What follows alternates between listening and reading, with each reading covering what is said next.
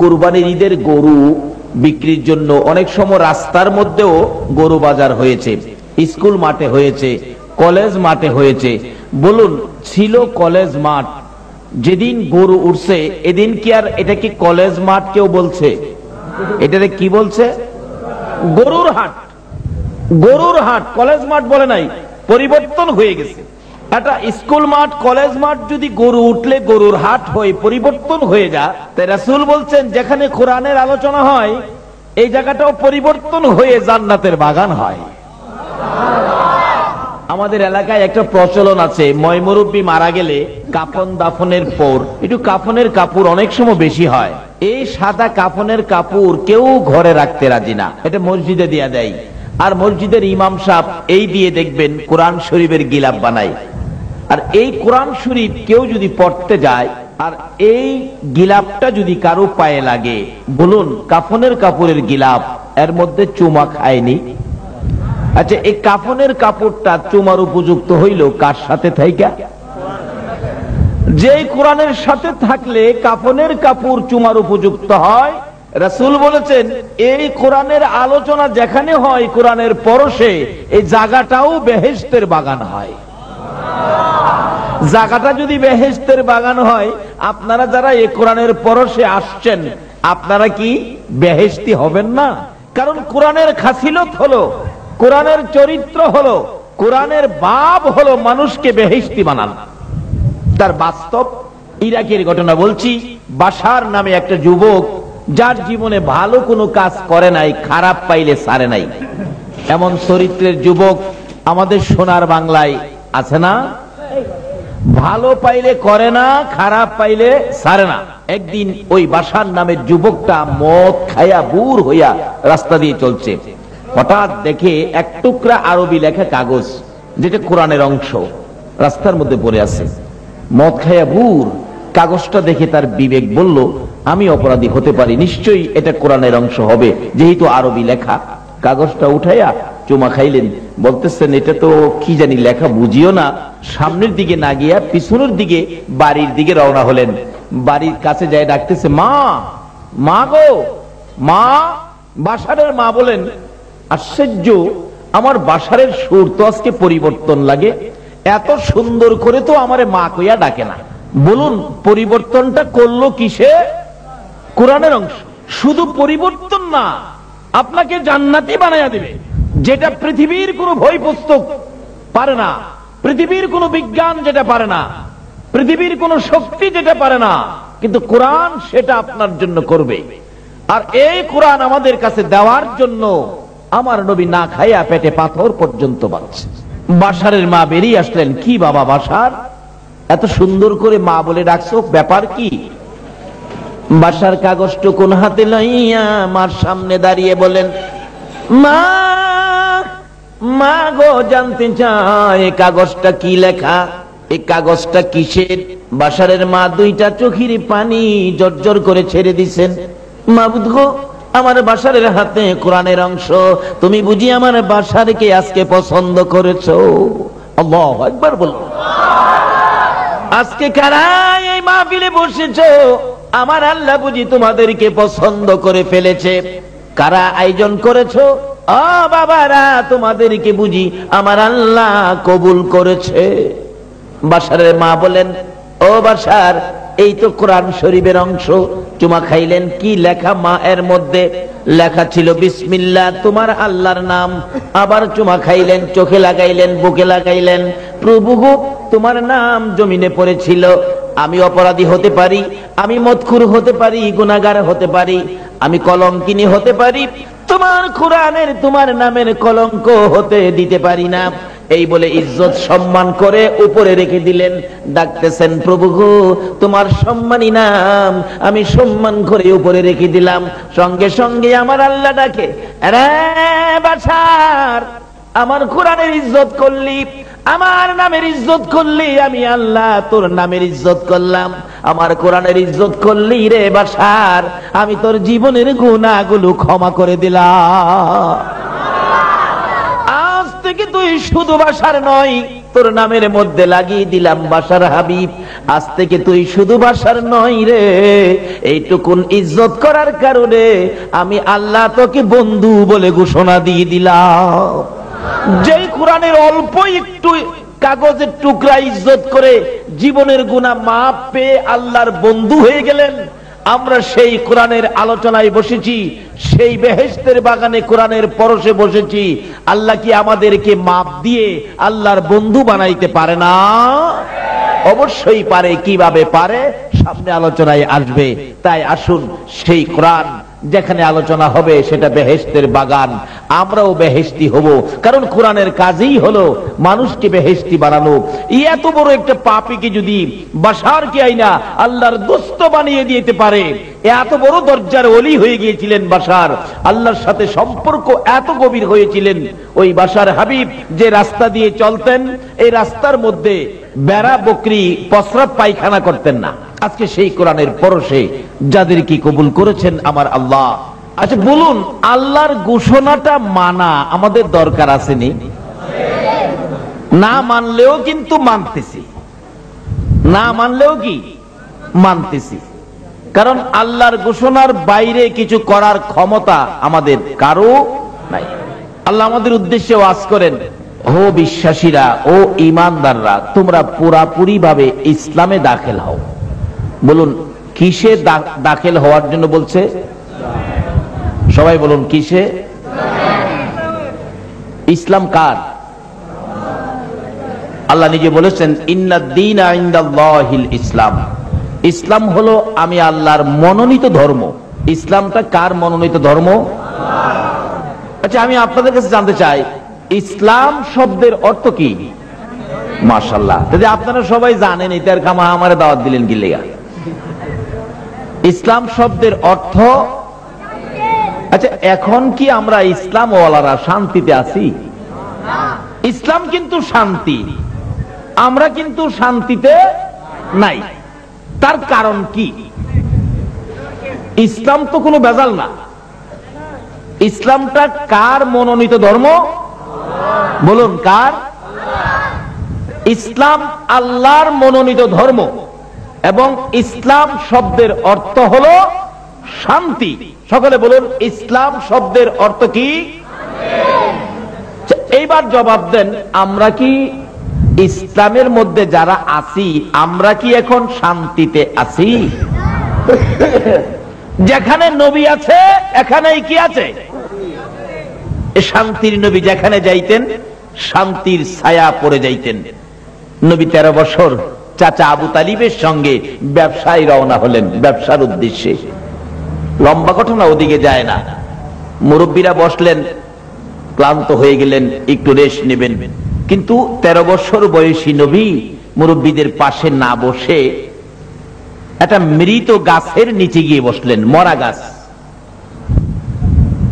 মুরব্বীদের কাছে বসলো না, মরা গাছের নিচে বসলে মরা ঘাস ডাকতেছে, প্রভু গো, তোমার বন্ধু দিয়ে আমার বাড়িতে, তোমার বন্ধু দিয়ে আমার বাড়িতে, আমি যে মৃত, আমি কি দিয়ে তোমার বন্ধুকে খেদমত করব? আমার প্রাণ ফিরিয়ে দাও। সঙ্গে সঙ্গে মৃত ঘাস জীবিত হয়ে গেলেন। যেই নবী, যেই শান্তির নবী, রহমতের নবী, মৃত গাছের নিচে বসলে মৃত ঘাস জীবিত হয়। আজকে সেই নবীরে চিনার পরে ইসলামে গন্ডগোল থাকতে পারে না, মুসলমানদের অশান্তি আসতে পারে না।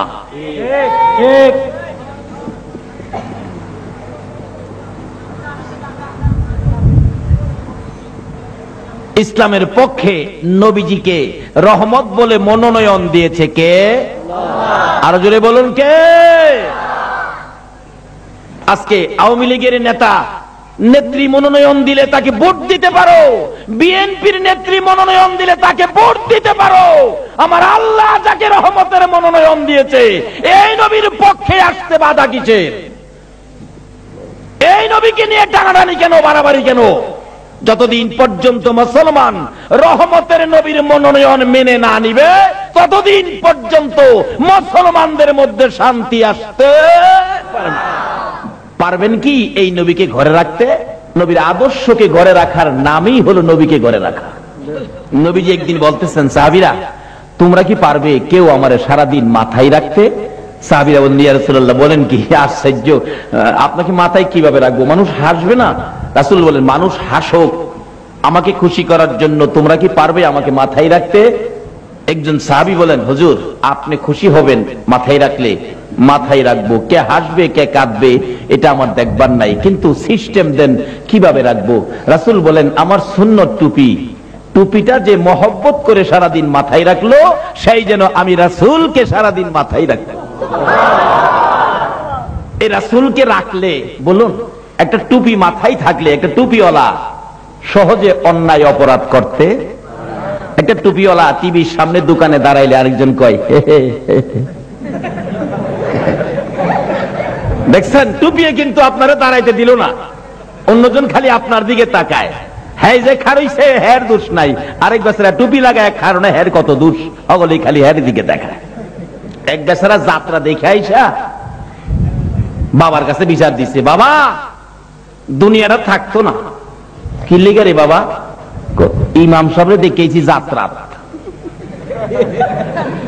ইমাম সাহেব যাত্রাত গেছে, হ্যাঁ কইতাছে হের বাবারতে দুনিয়া থাকতো না। তো বাবারে ইমাম সাহেব যাত্রাত গেল, তুই দেখলি কেমনে? তাহলে বুঝা গেল হ্যাঁ গেছে। ইমাম সাহেবের এত দোষ, যাত্রায় গেলে দুনিয়া থাকতো না, তুই যে গেলি এই অপরাধী কি দুনিয়ার একটা ফিলারও ভাঙতো না? যাই হোক, বলছিলাম টুপিয়ে তো আপনারে বাঁচাইলো, সকলেই যখন আঙ্গুলটা দেখায় অন টুপিওয়ালা কয় হ্যাঁ আর খারা যাবে না, কি করবে? তাইলে নবী থাকলে বিপদ থেকে বাঁচানো যায় না বিপদ বাড়ে?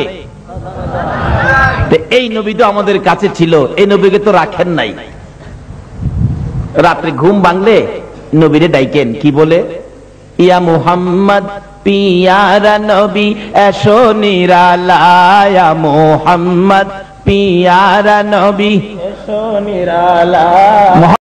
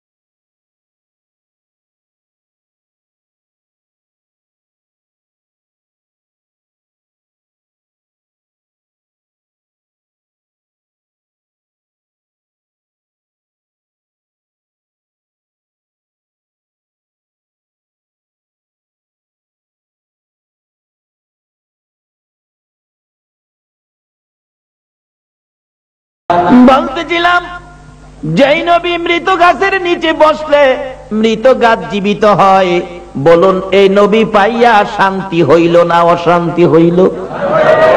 আপনারা শুনেছেন, আরো শুনবেন পুরাতন ঘটনা। আমার নবী শান্তির নবী রাস্তা দিয়ে যাচ্ছিল, একটা শিকারী হরিণ শিকার করে বন্দি করে রাখছিল। শুনেন নাই ঘটনা? হরিণ পর্যন্ত শান্তির ফায়সালা পায় এই শান্তির নবী দিয়া। আজকে আমাদের অশান্তি কেন? শিকারী বড় আশা করে জঙ্গলার মধ্যে সুতার জাল বানাইয়া পাইতা রাখছে পাহাড়ের নিচ দিয়া, হরিণ আসলে বাইজা যাবে, হরিণ খাবে, কিন্তু গাছগাছার মধ্যে লাঠি দিয়া পিটাইতেছে, ধাও ধাক্কা দিতেছে, হরিণ ভাবতেছে বিপদ, দৌড় দিলেন দুই পাহাড়ের নিচ দিয়ে, জীবন বাঁচাবে শিকারীর হাত থেকে। কিন্তু শিকারী যে জাল পাইটা রাখছে এটা তোর হরিণ জানে না। হরিণ তো দুঃখী, দুইটা বাচ্চা শুধু প্রসব করে আসছে, কিন্তু ঘাস পানি খাবেন, দৌড় দিয়ে জালের মধ্যে আটকে গেছে, ছুটতে চায় আর পেঁচ খালি বাড়তেই আছে। অবশেষে শিকারী ওই বাচ্চার মা হরিণীকে বন্দি করে ফেললেন, কিন্তু বাচ্চার মা হরিণী নিজের দুঃখে কান্দে না। দুইটা সবে মাত্র প্রসব, একেবারে শিশু দুইটা সন্তানের জন্য মার চোখের পানি দিয়ে জমিন বাসতেছে। কিন্তু কে বুঝবে হরিণীর ব্যথা, কে বুঝবে হরিণীর কান্না? ওই নবী, রহমতের নবী, বরকতের নবী এই রাস্তা দিয়ে আসতেছিল। আল্লাহু আকবার বলেন। আমার এক বন্ধু বলেন, দোস্ত মজার ঘটনা, একটা জায়গায় যাইয়া দেখি একটা মৃত গাছের গোড়াকে রডের পিঞ্জুরার ঘেরাও করে রাখছে। পুলিশ দুইজন পাহারা দেয়। জিজ্ঞেস করলাম, ও আরবের পুলিশ, মৃত গাছ এইভাবে পাহারা দাও কারণটা কি? পুলিশ ডাকতেছে, এরে বাঙালি, খবর কি পাস নাই রে? যে হরিণের গলার রশি আমার নবী হাতে লইয়া দাঁড়াইয়া ছিল রে, এই গাছের গোড়াকে আমরা পাহারা দেই। ওই গাছের গোড়াই তো রাসূল দাঁড়িয়েছিল। আমার নবী রাস্তা দিয়ে যাচ্ছিলেন, হরিণ আমার নবীকে দেখে, রাহমাতাল লিল আলামিন নবীকে দেখে, শান্তির নবীকে দেখে, রহমতের নবীকে দেখে, সত্যের নবীকে দেখে, বরকতের নবীকে দেখে, আল্লাহর মনোনয়ন প্রাপ্ত নবীকে দেখে হরিণ মানুষের মতো কথা বলে ডাকতেছেন, ইয়া রাসূলুল্লাহ, ইয়া হাবিবাল্লাহ, ইয়া রাসূলুল্লাহ, ইয়া রাসূলুল্লাহ। আল্লাহর বন্ধু গো, আমি হরিণী বিপদে পড়ে আছি। আমার নবী মানুষের মতো কথা হরিণের মুখে শুনে দৌড়াইয়া কাছে হাজির হয়ে গেলেন। হরিণ রে, এইভাবে মানুষের মতো কথা বলতেছো, কি দুঃখ কি ব্যথা? হুজুর, আমি শিকারীর হাতে বন্দী হয়েছি। আল্লাহর বন্ধু গো, আমার মনে বড় ব্যথা, শুধু দুইটা বাচ্চা প্রসব করেছি, ঘাস পানি খাওয়ার জন্য আসছিলাম, শিকারীর হাতে বন্দী হয়ে গেছি। হুজুর, আমার ছোট্ট ছোট্ট বাচ্চাগুলো বুঝি মা মা কইয়া কাঁদতেছে, পেটের খিদাই বুঝি গলা কাটা মুরগির মতো লাফাইতেছে। আল্লাহর বন্ধু গো, কিছুক্ষণের জন্য যদি আমাকে ছেড়ে দিতেন, আমি আমার বাচ্চাগুলো জীবনের শেষ দেখা দেখে আসতাম, প্রাণ ভরে বাচ্চাগুলোকে দুধ খাওয়াই আসতাম। আমাকে যদি দয়া করে একটু ছেড়ে দিতেন। বলুন, আমার নবীর দয়া আছে কিনা? সঙ্গে সঙ্গে দয়ার নবী, সকল প্রাণীর জন্য যেই নবী করুণা রহমত, রশি খুলে জাল থেকে হরিণ ছেড়ে দিয়ে জালের রশি নিজের হাতে লইয়া নবী দাঁড়িয়েছেন। হরিণী দৌড়ে যায় বাচ্চার পাশে, আর শিকারী এসে যায় আমার নবীর পাশে।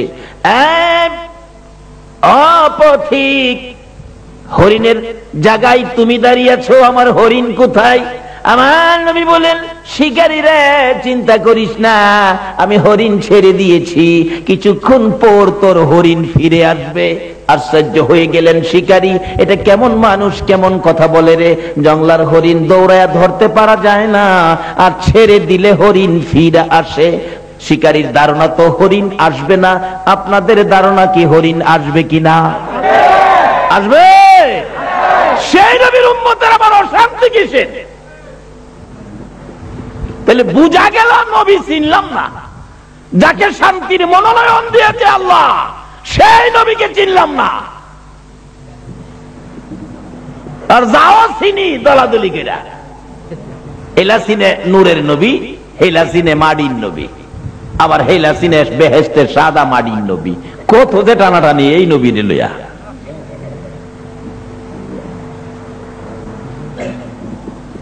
আবার কেউ কেউ জাতি নূরের নবী, কেউ কেউ সিফতি নূরের নবী। আচ্ছা, নবী কি অপরাধ করছেন এত টানাটানি যে নবীর লইয়া করেন? অহনত নবী মদিনার রওজায় শুয়া 24টা ঘন্টাই নবী আপনার আমার জন্য কাঁদতেছে। আগে নবী চিনেন, তারপরে ইসলাম, তাইলে দেখবেন ইসলাম শান্তি। নবীরে চিনলেন না, ইসলামের ভিতরে ঢুকলেন, ইসলামের শান্তি, ইসলাম যে শান্তি বুঝতে পারলেন না। বলতেছিলাম, এবার নবীজি তো দাঁড়িয়ে আছে, হরিণ দৌড়াইয়া বাচ্চাদের কাছে, চোখের পানি ঝরতেছে, বাচ্চাগুলো ডাকে মা মা। কাঁদতেছো কেন? অন্যদিন ঘাস পানি খায়া তাড়াতাড়ি আসো, আজকে দেরি হলো কেন? মা চোখের পানি ছেড়ে ছেড়ে ডাকে, বাচ্চারা রে, প্রশ্ন করে জবাব চাইস না, জবাব চাইয়া সময় বাড়াইস না, নষ্ট করিস না রে বাচ্চারা, শিকারীর হাতে বন্দী হয়ে গেছি। মা বলে ডাক দিবি নি, দে, জীবনের শেষ ডাক ডাইকা দে, দুধ খাইবি নি খা, জীবনের শেষ দুধ খাইয়া দে।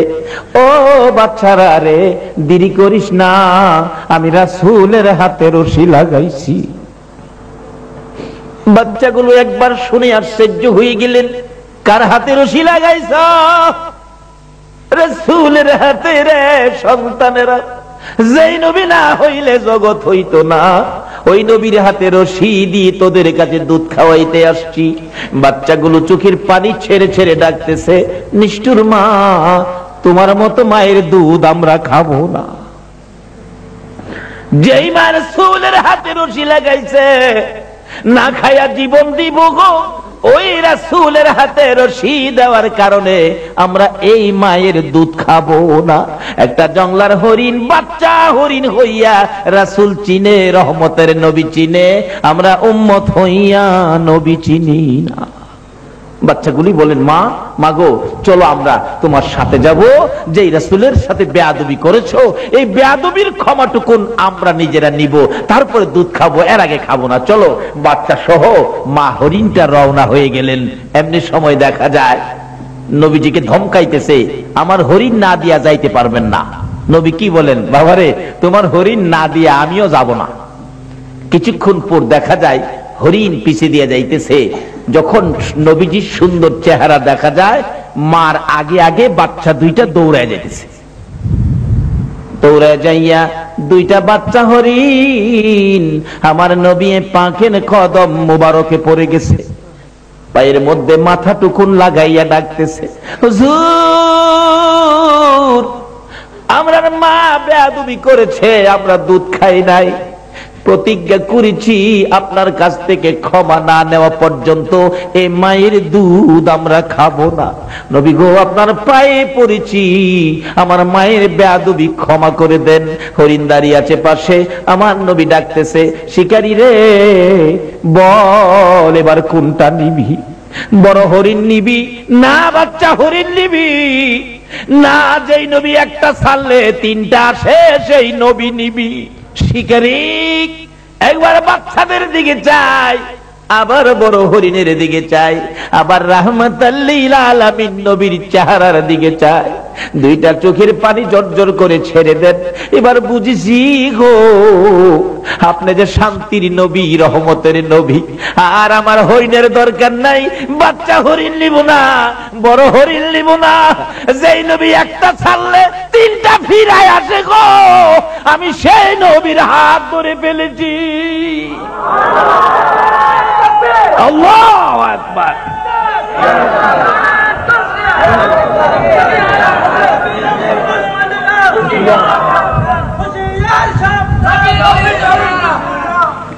বাবার আসুন, আমরা নবী চিনি। ইসলাম শান্তি, এটা কোন মানুষের বানানো ঘোষণা নয়। ইসলাম শান্তি, এটা কার বানানো বলুন? ইসলাম শান্তি হিসাবে কে বানাইলেন? এটা দুনিয়ার কোন সংসদের নয়, জাতিসংঘের নয়, এটা স্বয়ং আল্লাহ একে শান্তির ভান্ডার বানায়া পাঠাইলেন। আর এই শান্তি আমাদের ঘরে ঘরে পৌঁছে দেওয়ার জন্য মনোনয়ন দিয়েছে কাকে? নবী মুহাম্মদুর রাসূল। কাজী আগে এমপি চিনেন, এমপি না চিনলে রাস্তাঘাটের বাজেট আনবেন কাট থেকে। আল্লাহ রাব্বুল আলামিন যে শান্তি পৌঁছার জন্য যাকে মনোনয়ন দিয়েছে, আপনারা ভোট দিবেন, আওয়ামী লীগ করেন, কাকে ভোট দিবেন? আওয়ামী লীগ থেকে যাকে মনোনয়ন দেওয়া হয়েছে তাকে, বিএনপি করেন, যাকে বিএনপি থেকে মনোনয়ন দেওয়া হয়েছে তাকে ভোট দিবেন। তো তাকে তো চিনতে হবে, না চিন্না ভোট দিবেন কারে? আল্লাহ রাব্বুল আলামিন শান্তির পক্ষে যাকে মনোনয়ন দিয়েছে সেই নবী হলো রাহমাতাল লিল আলামিন। জংলার হরিণ এই নবীকে শান্তির নবী মেনে বিপদ থেকে মুক্ত হয়ে গেছে। বলতেছিলাম কোন নবী শান্তির পক্ষে মনোনয়ন পেলেন? আল্লাহ কাকে মনোনয়ন দিলেন শান্তির নবী হিসেবে? যেই নবী রাস্তা দিয়ে যাইতেন, কথাটা খেয়াল আছে? আর এই রাস্তার মধ্যে বুড়ি জানি কি করতেন? মাশাআল্লাহ, দেখছেন এই নবী থাকাতে কত আগের পড়া এখনো মনে আছে। আর এখন যে শিক্ষানীতির মধ্যে, এখন শিক্ষানীতির মধ্যে কি পড়া দিচ্ছে দেখছেন? নবীরে দেয় না, এখন পড়া নাই কি? হাট্টি মাটি টিম তাদের, তারা মাঠে পারে ডিম, তাদের খাড়া দুটি। আচ্ছা বলুন, খাড়া সিং যে জাতির, এই জাতির মধ্যে শান্তি আছে? একটু গুতাগুতি থাকবে, কারণ সিং যখন আছে গুতাগুতি থাকবে।